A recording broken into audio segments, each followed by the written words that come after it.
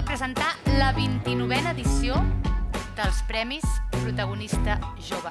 Jo aquest és el tercer any que presento els premis.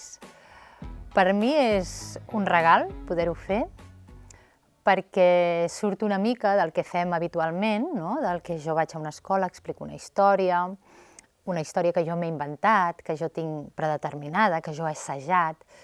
I la proposta arriba de presentar unes històries que han pensat altres autors, que han passat per les mans d'un editor, d'un traductor, d'un corrector, històries que desconeixes, que t'arriben. Totes elles són un regal que a partir d'ara formen part de mi, totes elles.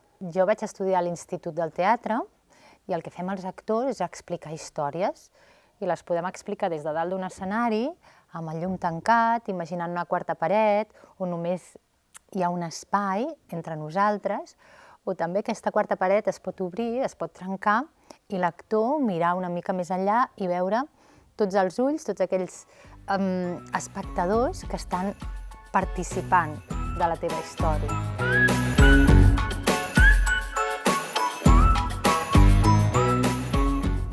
Jo soc productora d'esdeveniments. Hi ha molts tipus de persones que s'encarreguen de fer producció, de tot tipus d'actes i de pel·lícules, tot el que es vulgui fer ha de tenir una ment pensant, o vàries i diverses, que millor és poder treballar en equip, que s'encarreguin de dir, val, fantàstica aquesta idea que teniu, però com l'executem?